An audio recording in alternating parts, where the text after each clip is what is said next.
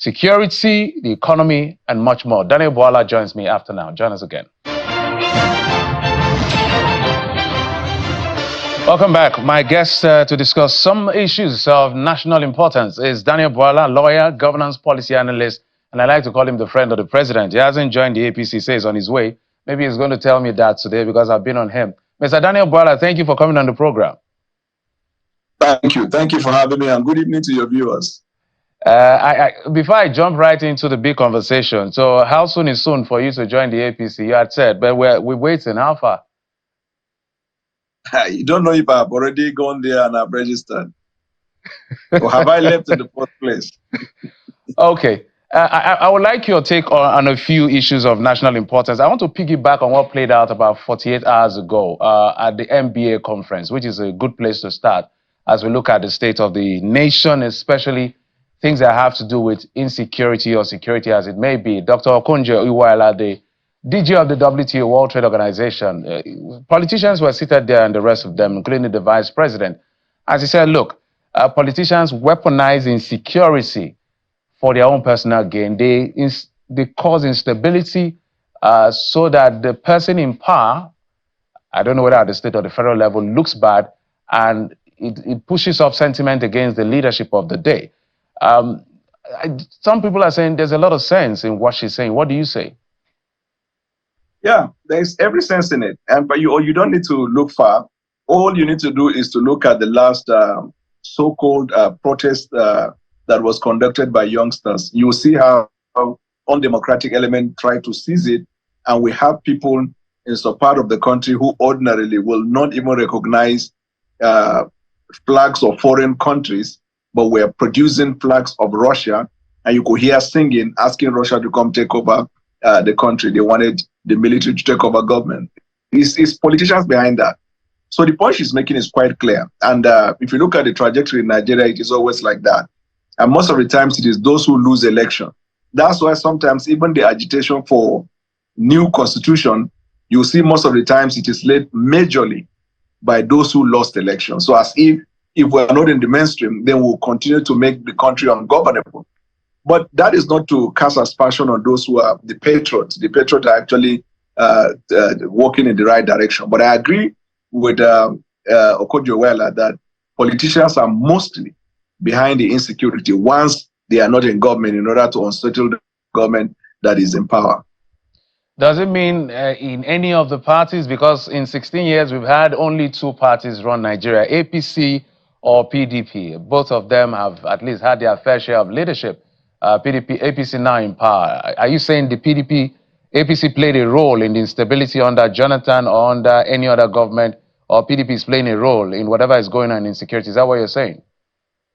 No, that's not what I'm saying. Because when I say politicians can be in any political party, and the country does not consist of governors all from one political party. You find some states where you find a particular political party, in another state, another political party. But then if you want to take X-ray insecurity, you may have to look at the history, how it started. Let us first make the point that the foundation of insecurity in Nigeria was not caused by politicians. And I do not think that is not what Bwala is saying. She is saying that politicians take advantage of the insecurity in order to score political point out of it. I mean, the Boko Haram started not by any political party. The Boko Haram started in states in the Northeast, which comprise of both the then ANPP, and then you find PDP as well. But if you look as we keep going, politicians take advantage of insecurity. And I'm speaking with specific reference to the recent protests. It is politicians behind the waving of the flags and agenda to bring the military to take over democracy. Those politicians should not be voted for at any time in our history because they don't believe in democracy. So at the end of the day, so that we don't mix things up, on one hand, when we talk about that end bad governance protest, it looks like the leadership seems to be highlighting more on what the bad element or the mischievous element, as it may, wants to do with the discontent in the country, overshadowing the real genuine intention of Nigerians saying that, look, the government, whatever it is you're doing, we are not satisfied. We're suffering. There's hunger in the land. People are dying of hunger one way or the other. So is this the right characterization of the End Bad Governance protest because of the violence that ensued from that End Bad Governance protest? Are we going to ever move forward Those, and really look at the concern of the people? those who had the genuine uh, concern and the protest pointed at specific things like hunger, they talk about unemployment, and some of the other vices. To the specific protesters the president had in the days leading to the process, began implementing those things that he talked about. You know, and I know that there were release of truckloads of food as part of the foundation.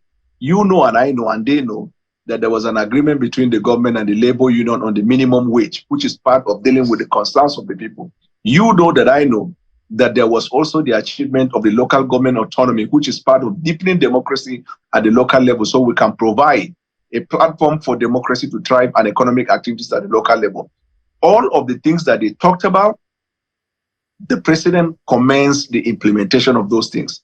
Those ones that were controlled by politicians were not satisfied by that. They said they have to be on the street and they have to prove to the government that they can be on the street.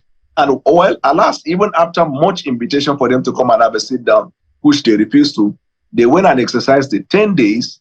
And this last protest has been the most successful protest in which law enforcement minimized risk by exercising restraint, to the point where undemocratic element were actually chasing the law enforcement agents to kill them.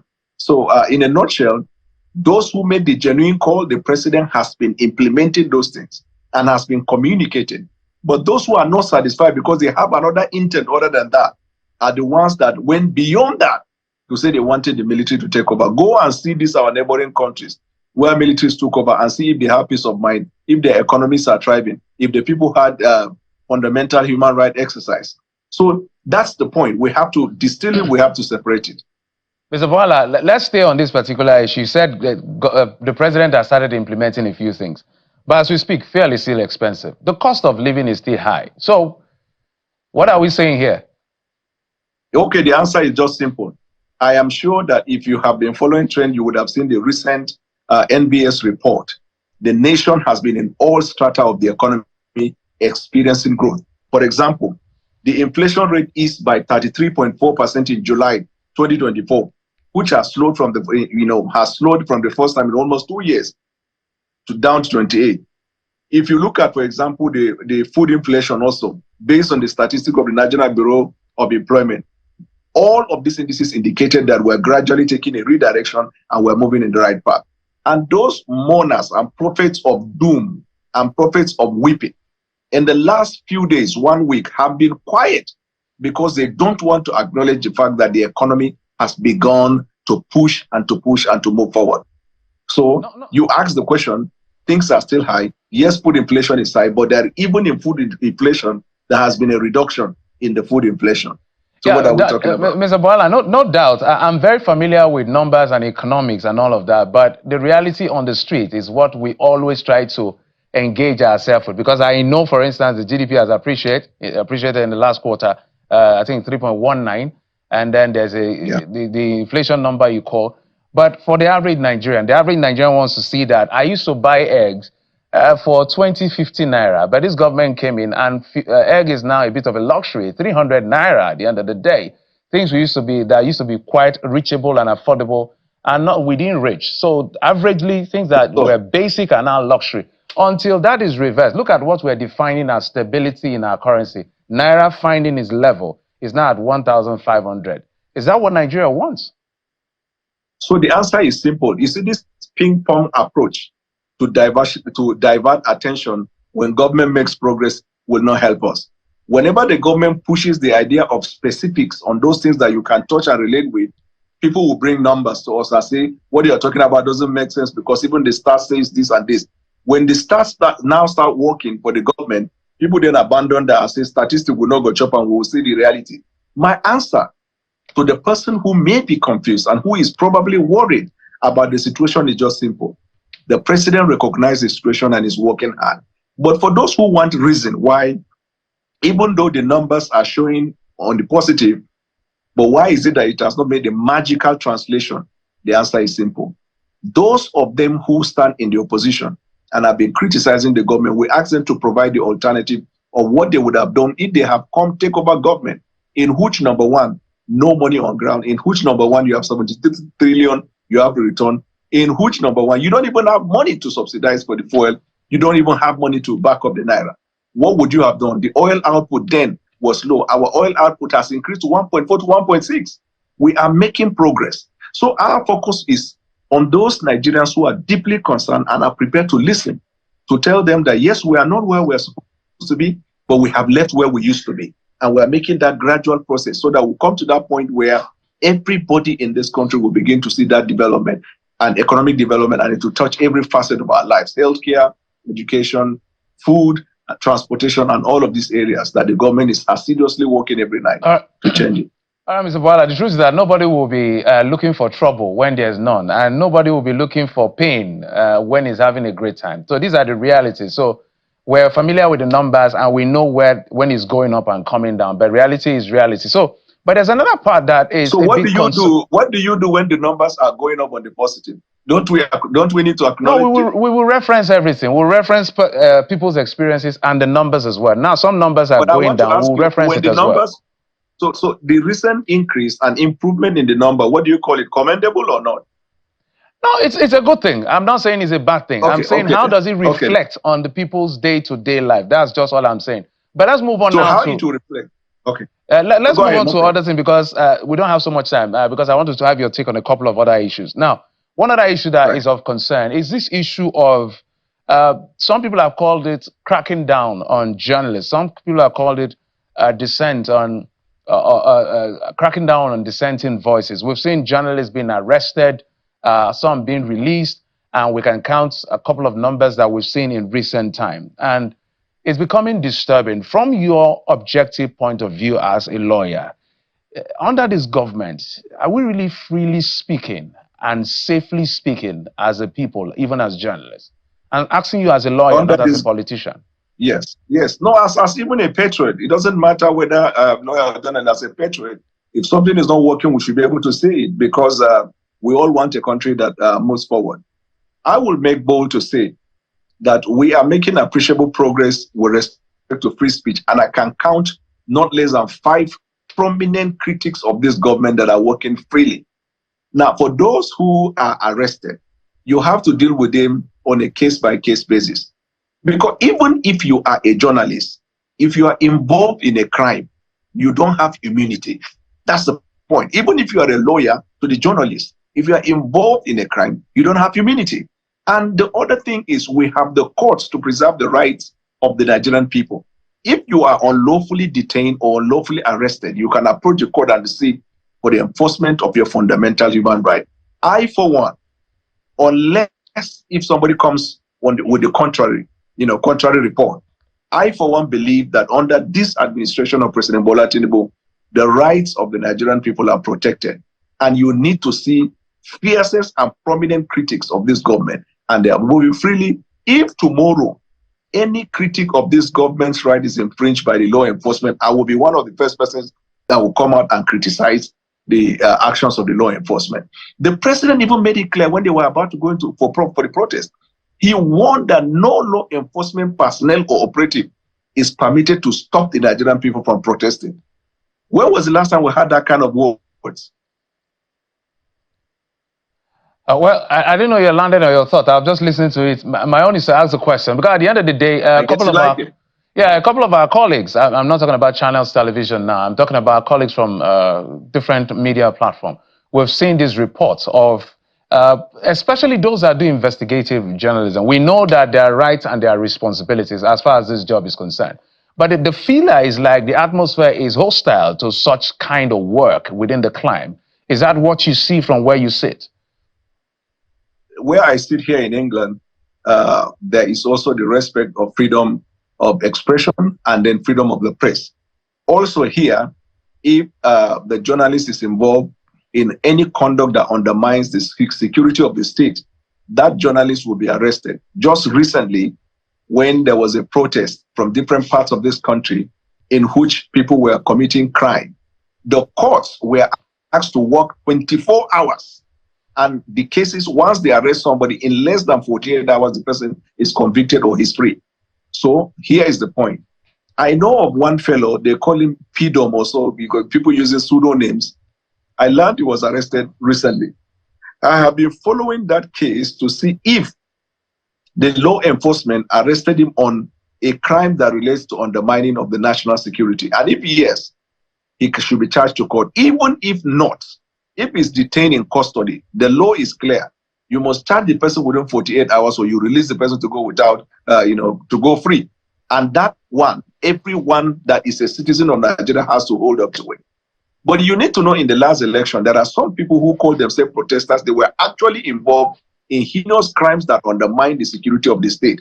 You see, all I'm trying to say is whether you're a journalist or a lawyer, you cannot hide under that umbrella to commit Mr. Bwala, this is my apologies, Mr. Bwala. This is where I'm going. That's why I use the word rights and responsibilities. We know where the line is drawn as journalists because we're trained. But this is the concern. For instance, PDOM's case, it took some literal shouting and uproar. Now, the police now released a statement that is in their custody. We've also had journalists being arrested, not traceable for a few days, and people are looking, where is this person? Is that even acceptable in a democracy? If the man has committed a crime within the line of his work, he should be charged to court rather than a Gestapo approach as some have perceived it to be. That's what I want you to speak to. And I want to reiterate it over and over. No citizen of the country by our constitution who is arrested on allegation of crime that should be detained beyond 2 days. I am aware there are other laws that permit the law enforcement. Take, for example, EFCC. If EFCC arrests you, you know, and DSS, there are a number of times you can stay. 2 weeks are renewable for another 2 weeks if they come to court. In all of these cases, they have to seek the authorization of the court to keep the person in detention. But without the due process of law, no law enforcement in Nigeria by law is permitted to arrest unlawfully or detain unlawfully. And all of us as citizens of the country, we have to stand on that.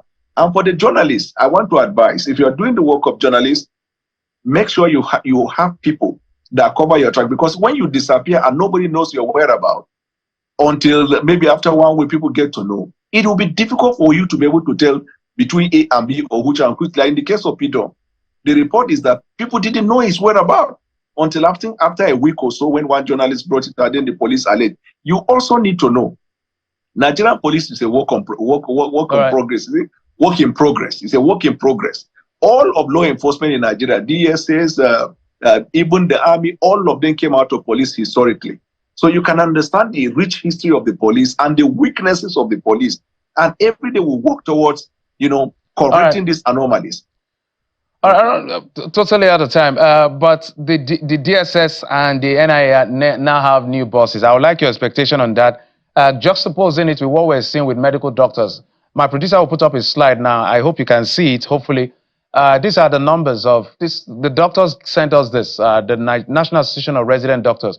Doctors that have been kidnapped since 2021. Some have been in detention for upward of 8 months. Others lost their lives in the face of an attack. Others, their whereabouts are unknown. In fact, they say about 32 of them. So doctors are now on strike. How should the government approach this as urgently as possible? Mr. Bwala, 2 minutes. 1 minute. Are you saying that these doctors in detention are in detention because they went on strike? No, the doctors are on strike because some of, I meant to say that they're in kidnappers' den. Okay, kidnappers are not state machinery or state actors. They are not state actors, and they kidnap everybody and they kidnap at random. But anybody in the custody of law enforcement, like I'm saying, charge them to court or release them on bail. In fact, there are cases where you release them unconditionally.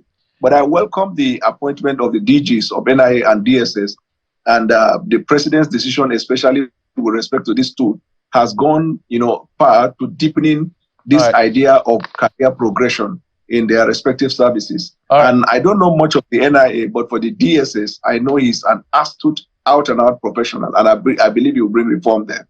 All right, absolutely. Mr. Daniel Bwala, thank you for your thoughts. The doctors I was saying was some of them have been killed, some family members killed, some are still in abductors' den, and they are deciding we're going to go on strike. If the government doesn't do something, this warning strike may degenerate to something else. But we don't have any more time. Thank you so much, Daniel Bwala, lawyer, governance policy analyst, and friend of President Bola Tinubu. Thank you for coming on the program. Thank you. Thank you.